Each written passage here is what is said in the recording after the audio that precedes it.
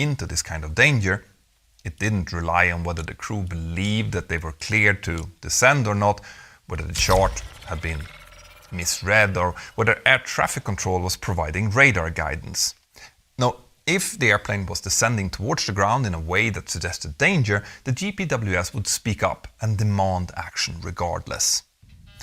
Now, had Flight 514 been equipped with GPWS, the system would definitely have been activated as the aircraft descended towards the rising terrain west of Round Hill. Long before impact, the closure rate between the aircraft and the ground would have crossed the system's warning thresholds, generating alerts that probably would have broken through even the dramatic and turbulent environment inside of this cockpit. And that would likely have forced the crew to confront the mismatch between their expectations and the reality. But on December 1st, 1974, that layer of protection was not yet mandated, so the airplane stayed largely silent. At time 11:09 and 14 seconds, the radio altimeter did send out a chime as the aircraft passed just 500 feet above the ground. This came as a surprise to the crew, since they weren't supposed to be that low for another 10 miles at least. So the first officer reacted quickly, saying, "Boy, get some power on," causing the captain to push the throttles all the way forward to begin a climb. But as the engines were spooling up, the radar altimeter beeped ominously one last time, this time indicating that they had just passed 100 feet above the ground. The air traffic controller, who could see both the aircraft's position and its altitude, now also noticed that Flight 514 was below 2,000 feet and therefore called them up to ask for their current altitude. But no reply ever came back. 2 seconds after that last radio altimeter chime, at time 11:09 and 22 seconds, Flight 514 clipped the first few trees of Mount Weather at an altitude of 1,670 feet. The airplane then instantly lost all of its lift and slammed into the granite tabletop of the Blue Ridge Mountains, killing all 92 people on board. In the days that followed, investigators started honing in on that central failure that ran through every layer of this accident. The immediate cause of the accident was identified as the crew's descent below the minimum safe altitude during the approach, resulting in a controlled flight into terrain. But that descent had not just come from nowhere. Instead, it had unfolded within a framework of procedures and assumptions that had quietly permitted it to happen.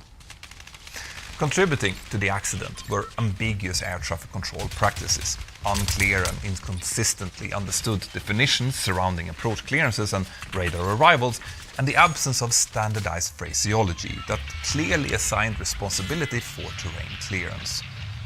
The design of the approach charts and the common dive and drive techniques of the era further encouraged early descents once a clearance had been received, and with no ground proximity warning systems on board, there was nothing to warn the pilots when a mistake ultimately had been made.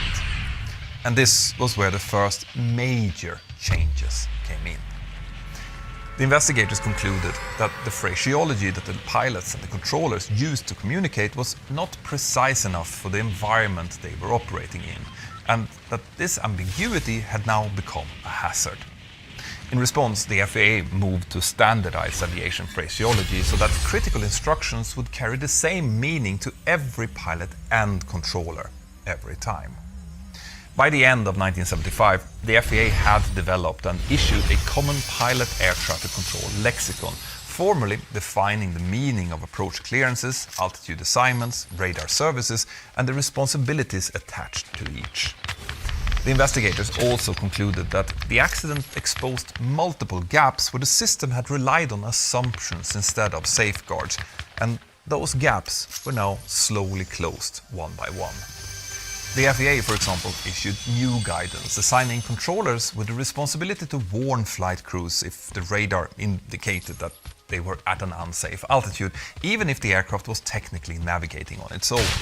And at the same time, new regulations clarified exactly what altitude a flight was required to maintain after receiving an approach clearance, removing the ambiguity that allowed cleared for approach to be interpreted as permission to descend early. But just as importantly, this accident also highlighted how often crews and controllers recognized dangerous patterns but had no safe way to report them. So in response, the industry helped establish an anonymous aviation safety reporting system administered by NASA that allows pilots, controllers and engineers to submit safety reports without fear of discipline or retaliation. Now that system is still used today and has fundamentally changed how hazards are identified, allowing patterns to be addressed before they turn into accidents. Now, I have spoken before about how important these kinds of systems are and how giving crews a venue to speak up without fear of reprisal is really the bedrock of aviation safety. But another change that came from this accident possibly had an even more dramatic impact on the aviation world. You see, as a direct result of this accident, the FAA in 1975 made GPWS mandatory for any airliner with more than 9 seats. So with that, the combination of standardized communication and an onboard system that could shout out over a quiet cockpit changed the entire shape of aviation safety. In the long arc of commercial aviation, GPWS and its newer variant, the eGPWS, are widely seen as the single most important safety features ever adopted. And this means that even though you might not have heard about this accident before, because of the improvements it led to, it might well be the single most significant accident that I have ever covered. Now, my team and I tell these stories to give you a foundational understanding of why modern commercial aviation is as safe as it is, and to hopefully make it even safer.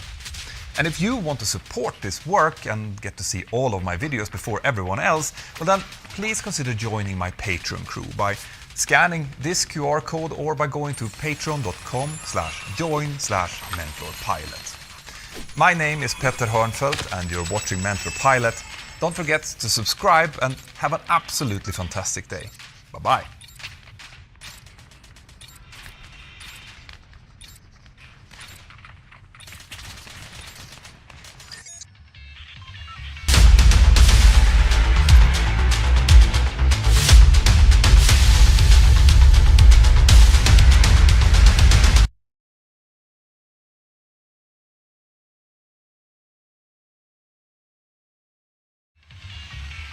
Why you beat the damn dog? I didn't beat the fucking dog. Ladies and gentlemen, today we are talking about one of the swiftest cases of internet justice I think I've ever seen in my life. Recently, there's been a controversy with a streamer named Aspen Cartier, and I'm sure it's one a lot of you guys have heard about. And action has been taken so swiftly against this individual that it actually kind of gives me hope. One day, I think there's going to be a study conducted by people who are smarter than me about the overlap of people who want to be streamers and people who like to abuse their animals. Because eventually, pattern recognition kicks in, you start to notice a trend. That's right, ladies and gentlemen, yet another streamer has recently thrown their life away because they just could not resist the urge to beat the shit out of an animal while live streaming. A couple of days ago, at least as I'm recording this happened on January 28th, a streamer named Aspen Cartier, who is also a drill rapper, apparently, was live streaming when apparently her dog escaped from its kennel. And obviously, that being the fault of the dog, and not the dumbass who put the dog in the kennel, Aspen responded appropriately by viciously beating the dog for like 30 seconds straight, and then grabbing it by its spinal cord and tossing it out of the room. I'm going to show a small segment of the minute-long clip that went viral. If you don't want to hear a dog getting viciously beaten, I would recommend you skip it. I'd honestly recommend you skip it anyways. I promise I'm not lying to you. But I think for context and for transparency, it's important I include at least something that backs up what I'm saying. But seriously, it's 30 seconds of a dog probably thinking it's about to die because this grown woman is hitting it as hard as she can for doing nothing, for walking around the house that it lives in. It's some serial killer psycho crazy shit. Apparently this is a 3-month-old puppy, and it seriously seems like she was trying to kill this dog. So seriously, if you don't want to see something like this, I'll throw up a timestamp on the screen that you can skip to. Otherwise, here's the clip. I think we can end stream out because this motherfucking dog, goddamn. I'm not gonna be on social media until February 1st, so. How you get out the cage?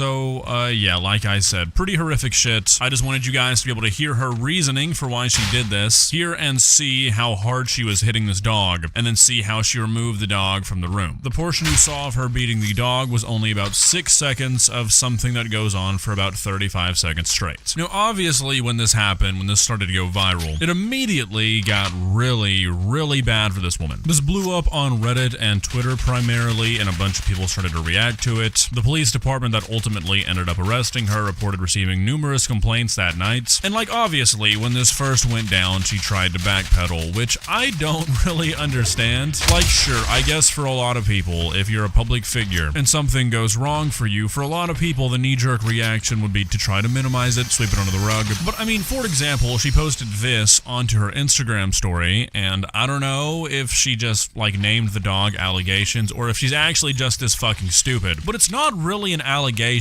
when there is a video of you doing something beyond a shadow of a doubt. I mean, these are not allegations, these are observable facts. However, she didn't stop at that Instagram story post. She started to employ the strategy that a lot of influencers seem to, and that's the idea that if you just say something is true, then it has to be true. She uploaded this video, which again is just completely laughable given what we can see and hear with our own eyes and ears. Why you beat the damn dog? I didn't beat the fucking dog. Is you beat? Is you beat up? Say I'm really small and I over exaggerate. Say it. Say it. Okay, tell him. Tell him that you're fine. Tell him right now. I'm not playing. Tell them. Tell them. You're fine and you're for sale. Oh my God, he's so fucking dramatic. So again, like, I don't know if this is just a case of stupidity or if, like, somehow at this point she was unaware that the stream had been clipped, because this really just makes no sense. Apparently she's like 19, and I feel like if you've grown up in this age of social media, you just have to be aware that everything is being clipped, everything's being screen recorded, everything's being saved if you're a public figure. Like, surely she didn't think that, like, there was no proof of what happening, and she could just kind of talk her way out of it. Like, I don't think that's the case. I don't think anybody could be that dumb. So I really don't understand what she was trying to do with these videos. Anyways, like I mentioned earlier, the police department that ended up arresting her reported receiving a bunch of different calls that night, and they did not waste a whole lot of time. Like I said, this happened on January 28th. From what I've been able to find, the next day they issued the warrant. They served the warrant, searched her home, and arrested Aspen and retrieved the dog. Aspen, whose real last name is Easterling, was booked at the DeKalb County Jail and was charged with animal cruelty. The DeKalb County Animal Control took custody of the dog, and right now there are no reports on whether or not the dog will be like permanently removed from Aspen's custody. You would think that would be the likely outcome here, but that's not a given. There have been times where things like this have happened and animals are returned to the owners. Now, apart from the legal ramifications of all this, she was also banned off Twitch. I'm sure that's going to be a strong message send worthy ban of like 5 days, maybe 7 if they're feeling real strict. But I think regardless of however this plays out, if she does end up getting a permanent ban or not, her career is pretty much over. And unfortunately, I think the reason that is probably not the reason you'd hope, but we'll talk about that more in a second, because part of the reason that I think that is she's probably going to be tied up with this for a while. This is the screenshot I was able to find of her booking information, and as you can see right now, her charge is cruelty to animals. Now, she was arrested in Georgia, and there are 2 different classes that a cruelty to animals charge can be. One can be a misdemeanor, one can be a felony. Right now, it looks like she's being charged with the misdemeanor version, and I've seen a lot of discourse on the internet about this, so I wanted to look into the statutes and kind of figure out why this is, because obviously this video is very shocking, it's very hard to watch, but I think if you look into the statutes, like whether you agree with it or not, personally I feel like what this lady did is worthy of a felony, but if you look into what they're looking for when they're deciding this, it kind of makes sense. So here's the actual statute. For the misdemeanor version, you'll be guilty if you cause physical pain, suffering, or death to an animal by any unjustifiable act or omission, or anybody who intentionally exercised custody, control, possession, or ownership of an animal who fails to provide such animal adequate food, water, sanitary conditions, or ventilation that is consistent with what a reasonable person of ordinary knowledge would believe is the normal requirement and feeding habit for such animal's size, species, breed, age, and physical condition. So basically, just like any unjustifiable act of pain, suffering, or death, or putting them in poor conditions. If you compare this to the felony version, why she got hit with a misdemeanor and not a felony, felony makes a lot of sense. The felony version is maliciously causing the death of an animal, maliciously causing physical harm to an animal by depriving it of a member of its body, by rendering a part of such animal's body useless, or by seriously disfiguring such animal's body or a member thereof. Maliciously torturing an animal by the infliction of or subjection to severe or prolonged physical pain, maliciously poisoning an animal, and then the same sort of like neglect characteristics where it comes down to the condition of their environment, but again specifically leading to the death of such animal or a member of its body being rendered useless or it being seriously disfigured. So I feel like going through those statutes makes this whole thing make a bit more sense. Now obviously that doesn't mean you have to agree with it. I mean personally I feel like beating an animal for 35 seconds straight is worthy of something stronger than a misdemeanor, but I think the fact that the dog is alive and seemingly okay based off police reports is kinda what's saving it. But even without this being a felony and being something that is probably not going to end up landing her in jail, unfortunately, I think her career is fucked. I think she's cooked. And that's not really because she beat an animal, which is a crazy thing to say, but you have to understand that obviously when things like this happen, people start digging. And ever since she got this dog, she has been very weird to it. She's been a horrible pet owner. Nothing as bad as the clip that started all this, but she has shown very cruel behavior towards this dog in the past, which leads me to believe that her core audience, the people that were actually following her, probably don't care all that much about her beating the dog for real. I mean, there's already been multiple streamers who have come out and said shit like, you guys are just overreacting, this is not a big deal. So I mean, really, if I'm being honest, I don't think it's going to be the moral and legal ramifications that end up screwing her over. I think it's the fact that she's banned and is going to be dealing with court cases, and she's just going to fall out of relevancy. Not that she was super relevant to begin with, but the population of her audience that thinks that what she did was too far is not going to come back. And then anybody who's left, well, I mean, call me a judgy asshole, I don't care. I don't think anybody who would stick around after something like this has a great moral code, and is probably not going to be like, oh, let me stick around for this streamer I like so I can support them when they come back. No, they're just going to find the next idiot to entertain them, and Aspen's going to rightfully come back to absolutely nothing. Here's to hoping that they upgrade this charge and throw the book at this evil piece of shit, and hopefully 2026 is a year where we only have one streamer caught abusing their dog on stream. What does it say about the state of things that being what happens seeming almost fucking impossible? Well guys, what are your thoughts? Like I said, I think that any sort of career that Aspen had before this, I don't really know how like big of a streamer she was. I don't think that she was anything major, but I think that whatever she did have is gone and it will probably never return. I don't think her rap career is anything special either, so I'm kind of curious to see what she tries to do once this is all resolved. Like I said, I hope they don't let her off easy on this. I believe the misdemeanor version of the cruelty to animals charge, you can technically get up to a year in jail, but I mean, people rarely ever get those sort of sentences for misdemeanors. Usually if they're trying to put you in jail for a year, like if that's their goal, they're gonna go harder than a misdemeanor. So this will probably just be like probation and a fine maybe, which I feel like is a bit of an injustice, but the real injustice would be if this dog is returned to this sick individual. So hopefully the state does the right thing. Hopefully they at least get that part right. If not, we'll probably be back talking about this. Here's to hoping that we don't have to do that. So yeah.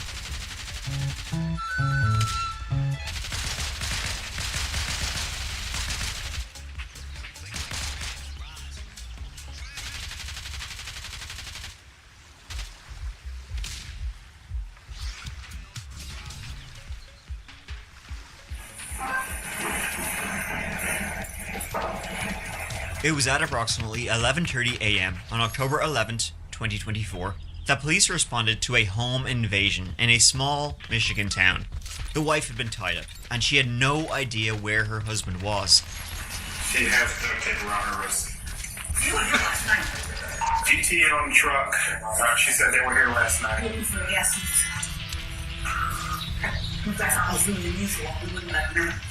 Okay. He would soon be found in the basement. No. Setting off a multi-state manhunt and a chase for a string of CCTV footage which documented every step of this horrifying crime. Hey you, and welcome. My name is Mike. And in this little video, it all began, right, with two dumbasses and a plan. A very, very stupid plan. Very, very bad one. The gruesome twosome knew someone had money and would do whatever it took to gain access to that money. See, Sam Murray was his name and jewelry was his game. Unfortunately, two other men had a very different game in mind. Charades, including dressing up as utility workers. Porkchop and Dipshit's plan worked. for a bit, but the consequences of that plan were about as horrifying as they come. Yeah, this one is interesting, and by interesting I mean just wild. And what? Yeah. But before we get into it, please subscribe to see new stories from the dark every single week. Now, you and I, let's give it a go.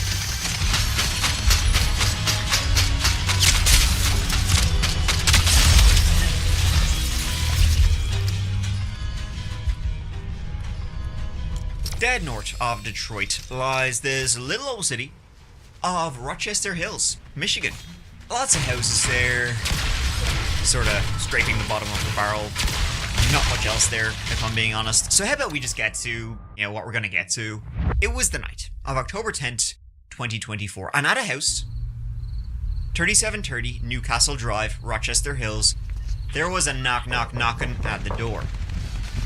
The house was the home of Sam and Linda Murray, and knocking on the door were two DTE, which is like the Detroit Utility Company, two DTE workers. They were knocking on the Murray's door this late night, claiming, sure, there's only a gas leak in the area, and not the gas leak you get after too many Guinnesses.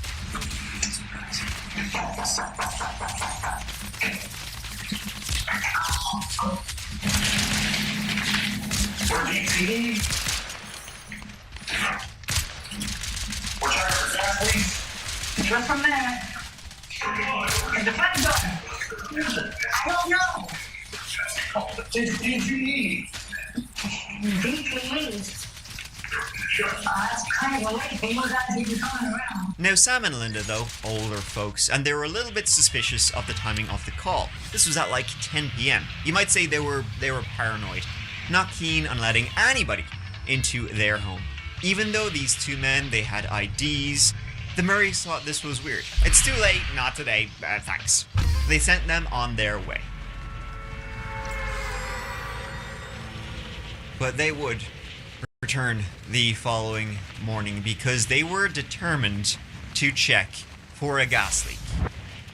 Guys, there is no better time than the start of a new year to begin taking care of yourself. For me, that means planning out the next few months, starting fresh and knowing what I can rely on. Some medical issues I want to deal with, nip in the bud, including maybe having surgery, which, yippee, moving city. That's a strong possibility for me, and something I want to be sure of is having proper medical care. And it's not always easy, right? From being put on hold, to wait times, to finding a doctor you can trust. How many times have we all put off getting our health checked simply from fear of being judged? Like a week ago, right, I had to call up the GP, but they didn't have any availability for days, and I was in quite a lot of pain and didn't really want to wait a few days.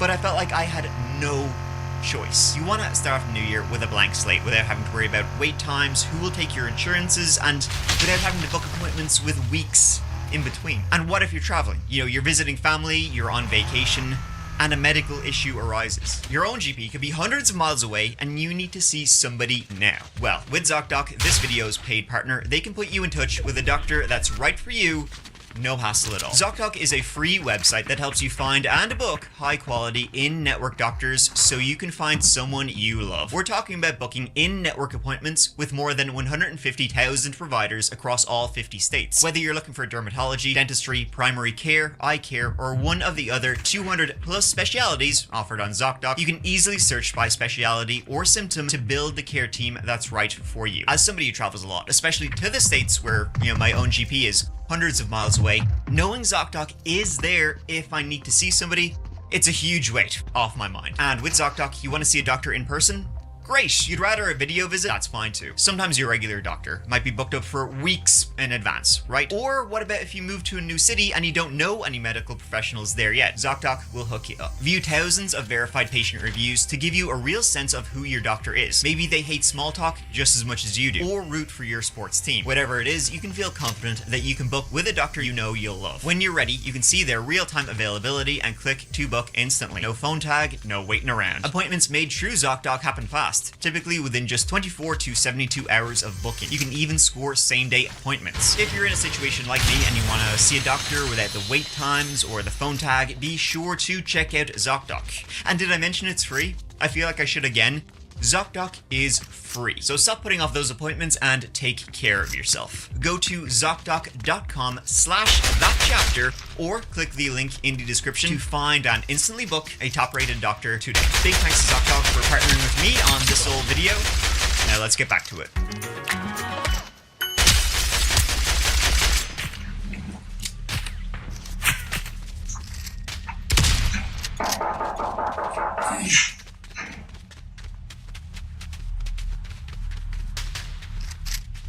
How you doing today, sir? Good, alright. I'm alright. So, you want to read? You have much time full. Just give us consent to track the inside of the home. It was the very next morning that the police were called about reports of a robbery, a home invasion, and an assault. They didn't know it yet, but it would be a hell of a lot worse than that.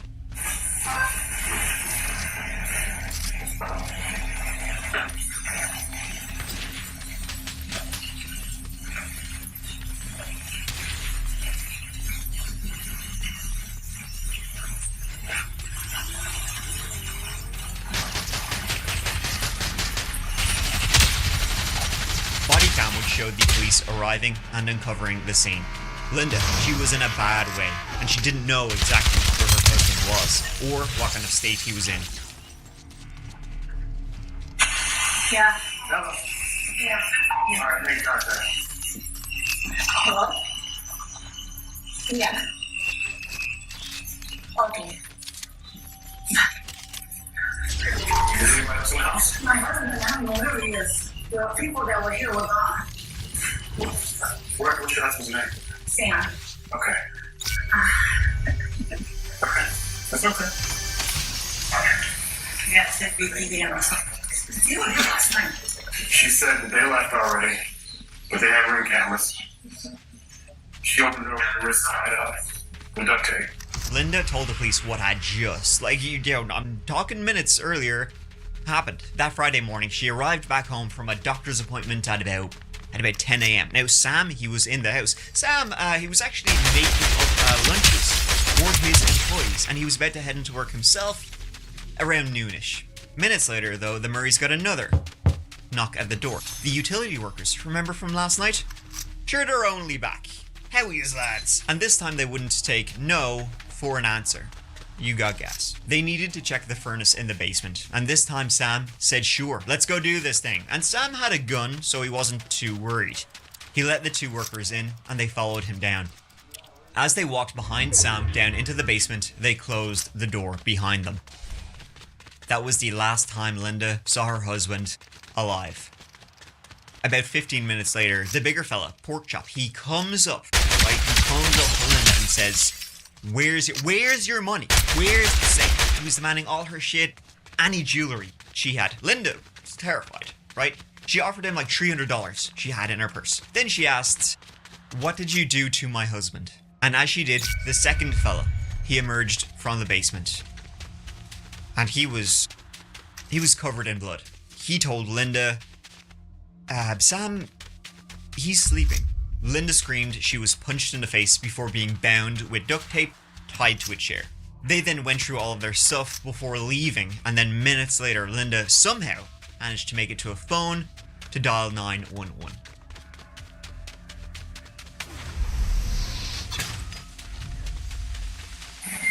I got blood on the wall and the handle or rail. Okay. To the basement. Sam was found dead in the basement. The cause of death was blunt force trauma. He'd been beaten to death. The two men had followed behind him as they went through the basement, disarming him and murdering him. And all in all, the men had left with some cash, Linda's phone, her Apple Watch, and some jewelry. Jeweler Hussein Sam Murray, 72 years of age, lived in that house with his wife, Linda Murray, also 72. She was his wife of 54 years. Hussein, he went by Sam, he was originally from Lebanon, and with Linda they had 3 boys, Abdu, Mohib, and Rahif. And they also had 11 grandchildren, if you can believe that. That's a lot of grandchildren, I think. Sam was described as a man with a heart of gold, and he ran 2 businesses, a pawn shop and a jewelry store. Gold and glitter jewelry. And that was the very reason for this horrific home invasion. They hadn't randomly shown up the house. It was targeted and planned for over a year. Planned, but done, terribly.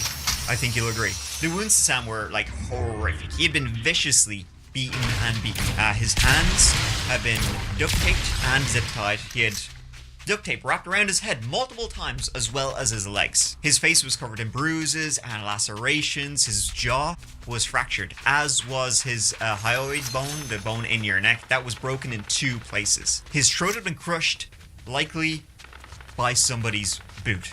Shocking and brazen. 2 suspects accused of murdering a 72-year-old man in his own Rochester Hills home, tying up his wife, and they got in by posing as a DTE crew. Sheriff Mike Bouchard says what they did to this man is unbelievable. We're not sure exactly the cause, quite frankly, because there was so much blood. We're not sure whether it was any kind of gunshot or blunt force trauma or what.